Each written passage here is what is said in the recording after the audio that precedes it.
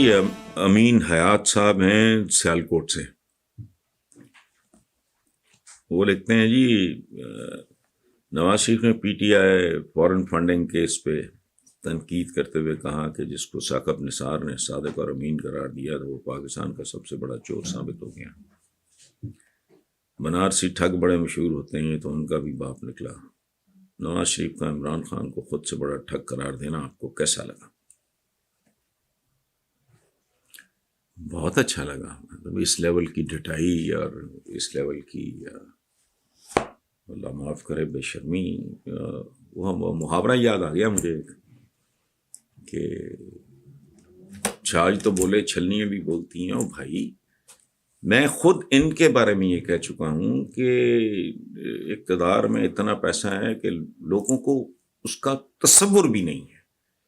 تو party funding شنڈنگ 10 20 50 100 crore کی اوقات کوئی نہیں ہے ان لوگوں کے لیے اس ملک میں. میں تو نون لیگ کے بارے میں بھی کسی اور چینل پہ یہ بات کر چکا ہوں کہ دیکھو یہ بددیانتی نہیں، یہ بدنظمی ہے جو ساری پولیٹیکل پارٹیز کا ترہ امتیاز ہے. یہ بہت پیچیدہ بہت کمپلیکیٹڈ کام ہوتا ہے اور فائنینشیل میٹر ہے. اس کے لیے خاص طرح کا ذہن چاہیے. مجھے خود ایک نوٹس ملا تھا مکانہ سا، میرے بچے فائلرز ہیں جو خود نہیں کماتے ہیں. یونیورسٹی کے لیول پہ گئے، میں نے ان کو فائلر بنا دیا. میرے جیسے بندے کے بعد میں وہ پتہ نہیں فلاں گاڑی کا اچھا وہ پتہ نہیں بیانہ دے گئے، پیمنٹ انہوں نے پتہ نہیں مہینے بعد کی. تو وہ بہنا شہنا میرے ذہن سے نکل گیا. تو مس ڈیکلریشن ضروری نہیں ہے کہ وہ اس کے پیچھے بددیانتی ہو، اس کے پیچھے بد نظمی ہو سکتی ہے. اور خود ان کا حال یہ ہے، یہ تو ٹکٹس بیچتے ہیں پریکٹیکلی. جو ان کے بہت قریبی ہوتے ہیں، چہیتے ہوتے ہیں، کوئی رشتہ دار دوست. اب ظاہر ہے خواجہ آصف تو نہیں پیسے دیتا ہوگا، لیکن یہ تو باقاعدہ بھتے وصولتے ہیں. جب تک کوئی پارٹی جو ہے اس کا ٹکٹ جو ہے وہ وننگ ٹکٹ ہوتا ہے تو بلیک میل ہوتا ہے. مجھے بہت اچھی طرح پتہ ہے اس بات. اور میں نے جس کو تھوڑا بہت بھی کوئی جس کا کوئی ایکسیس ہو اس طرح کے لوگوں کے ساتھ، ان کو پتہ ہے کہ کیا ہوتا ہے. تو اس لیے لیکن بنارسی ٹھگوں کے بارے میں مجھے خوشی ہے کہ یہ جانتے ہیں. یہ امیر حسین ٹھگ پہ گورے کی کتاب ہے بڑی مشہور. انہوں نے سنا کہ میرا خیال ہے بول دی ہے، چاہیے کہ پڑھ لیں. ان کو اپنی زیادہ مشابہت اس کے ساتھ نظر آئے گی. شبیر حسین اسلام آباد سے، انہوں نے نوحہ پڑھا ہے اور ٹھیک پڑھا ہے. بہت تکلیف کی بات ہے کہ مری میں شدید برفباری کے بعد بیچ راستے میں پھنسنے کے نتیجے میں 25 کے قریب پاکستانی کہنا چاہیے بات ہو چکی ہیں، جن میں 2 پورے کے پورے خاندان بھی شامل ہیں. ملک کی معیشت ہو یا قوم اور ملک کا دفاع، ہم ہمیشہ تباہی مچ جانے کے بعد ہی حرکت میں کیوں آتے ہیں، وغیرہ وغیرہ. لمبا سوال ہے ان کا، لیکن بیسک بات یہی ہے. تو شبیر صاحب یہ جو بات آپ نے کی ہے کہ پانی سر سے گزر جانے کے بعد ہم وہ لوگ ہیں، آپ نے بہت خوبصورت بات کی ہے، جو پیاس سے ایڑیاں رگڑنے لگتے ہیں نا، جب پھر کنواں کھودنے کا سوچتے ہیں. میں کتنے سالوں سے جہاد سمجھ کے، نیکی سمجھ کے، ایک پاکستانی کے طور پہ اپنا فرض سمجھ کے میں ماتم کر رہا ہوں کہ تم سے چند کروڑ، یہ 20 22 24 کروڑ تو سنبھالا نہیں جا رہا. جب یہ 35 40 ہو گئے، بندہ بندے کو کھائے گا. اچھا، میں ابھی پچھلے سوال میں نے بتایا، میں جب خواجہ سعد رفیق کی صاحبزادی کیا ہماری بیٹی وہ ان کی شادی کے لیے جا رہا تھا، تو میرے ساتھ جو دوست تھے، تو میں نے انہیں کہا یار دیکھو یہ انڈر پاسز بھی بن گئے، اوور ہیڈز بھی بن گئے، اب کیا کرو گے؟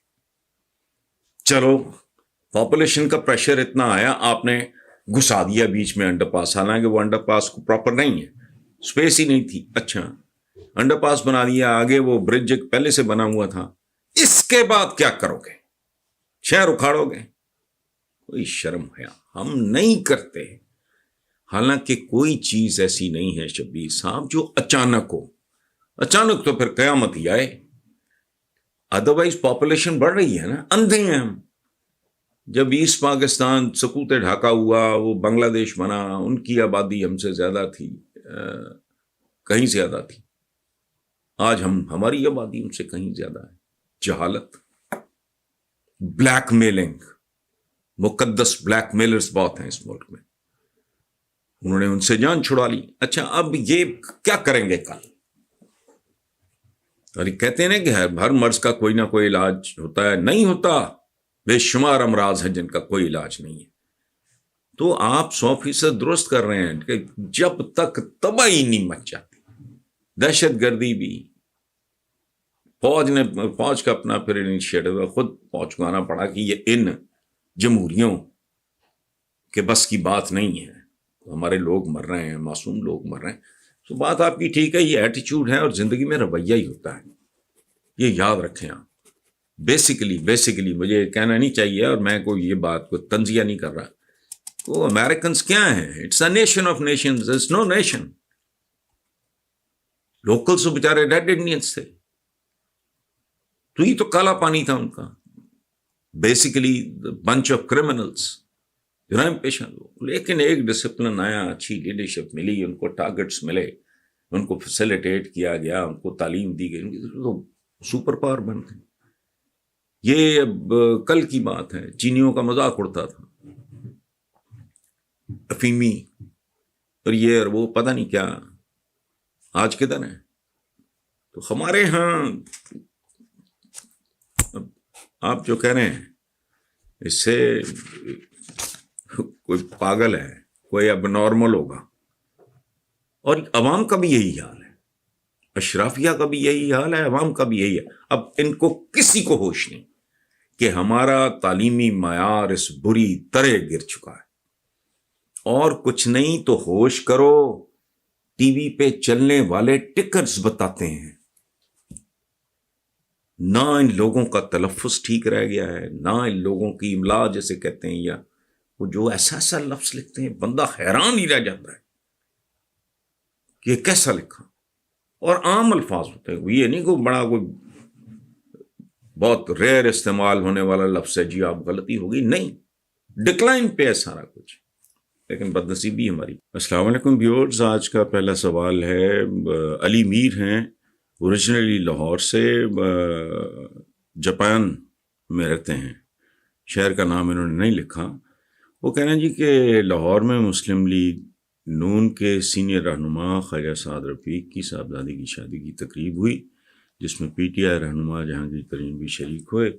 اس دوران میڈیا سے غیر رسمی بات چیت میں صحافی نے سوال کیا کہ کیا جہانگیر ترین کا جہاز کبھی نون لیگ کی طرف بھی جا سکتا ہے. اس پہ جہانگیر ترین کا کہنا تھا کہ جہاز تو ہر طرف جا سکتا ہے. سر کیا آپ یہ سمجھیں کہ ترین صاحب نے یو ٹرن لے لیا ہے؟ علی میر صاحب اسے یو ٹرن نہیں کہتے، یو ٹرن ایک اور چیز ہے. دوسری بات یہ ہے کہ میں خود اس شادی میں موجود تھا، اور یہ بھی شاید آپ کو تھوڑا عجیب لگے، لیکن خواجہ سعد رفیق میرے بھائیوں کی طرح ہیں. ان کی مرحومہ والدہ، ان کے والد کو میں کبھی نہیں ملا، شہید کو. ان کی مرحومہ والدہ مجھے بہت بڑی بہنوں کی طرح، بہت ان کی شفقت مجھے حاصل رہی. تو میرے لیے تو یہ بھائیوں کی طرح ہیں. سو یہ ملنا جو سماجی سطح پہ ہے، اس کی ایک اور دنیا ہے. باقی نا لائٹر وے جہانگیر ترین صاحب نے کہا کہ واقعی بات تو ٹھیک ہے، ان کی جہاز تو کہیں کسی بھی طرف جا سکتا ہے. ان کے کیریئر کا نہ آغاز کوئی عمران خان، کوئی اسٹیبلشڈ پولیٹیشین تھے، ایک جانی پہچانی شخصیت تھی. پہلے بھی پی ٹی آئی کو جوان کو، پھر پی ٹی آئی کو یہاں تک پہنچانے میں ان کا رول کسی سے ڈھکا چھپا نہیں. اور جس طرح کا شرارتی سوال تھا اسی طرح کا شرارتی جواب جہانگیر ترین صاحب نے دے دیا کہ بھی جہاز تو کہیں بھی جا سکتا ہے. تو اس میں کوئی حیرت کی بات نہیں ہے. لیکن ایک بات میں آپ سے گزارش کروں کہ یہ یو ٹرن بہرحال نہیں ہے، یو ٹرن ایک اور چیز ہے.